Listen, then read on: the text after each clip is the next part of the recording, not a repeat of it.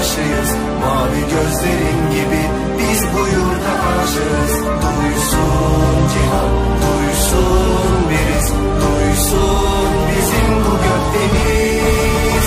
Parla hilal ve yıldızım, parla beyaz ve kırmızım. Türk'ün yolu Cumhuriyet, parla 100 yaşındasın. Parla hilal ve yıldızım, parla beyaz ve kırmızım.